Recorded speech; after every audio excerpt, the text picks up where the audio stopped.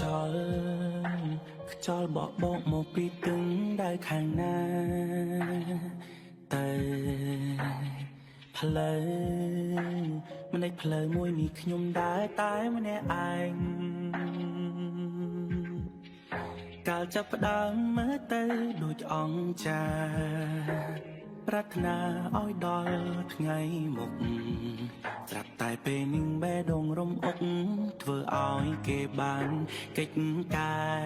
យផ្លាំងបដូរមិនដូចមុនឈឺពេលខ្ញុំប្រាប់ថាខ្ញុំឈឺគេធ្វើមិនលឺវាគឺរឿងដែលអាចត្រង់ទាំងបាំងកោហងរូបខ្ញុំរហូតមកតែខ្ញុំហួប្រដានហើយមែនទេខ្ញុំសូមមកលោកទេទាំងដែលគេនោះកុំពងក្បត់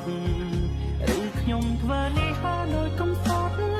គ្រប់គ្នាឲ្យសន្មត់ថាគុណខ្សោយជាមនុស្សប្រមម្នាក់ដែលធ្លាប់នឹងងងចុងក្រោយខ្លាចជាឆ្លងកុំ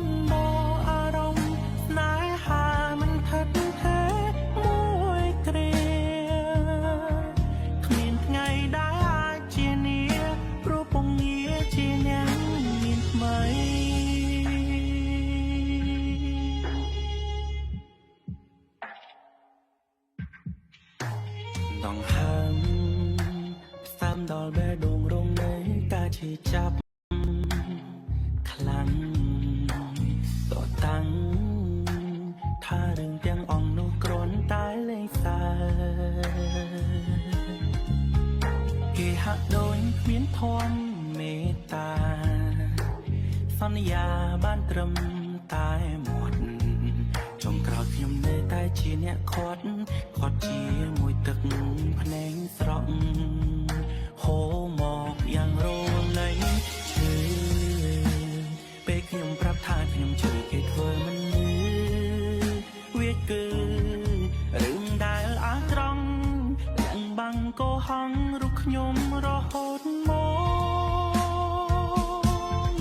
តែខ្ញុំហួប្រដានហើយមែនទេខ្ញុំសូមមកលោកគេទាំងដែលគេនោះកុំពងក្បត់ឬខ្ញុំធ្វើនេះហើយដោយកំសត់គ្រប់គ្នាឲ្យសន្មត់ថាគុណខ្សោយ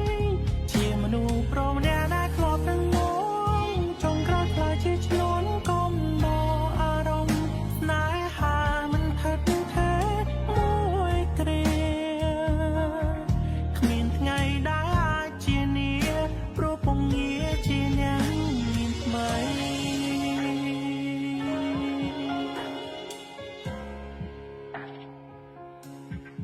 ឬខ្ញុំធ្វើនេះហើយ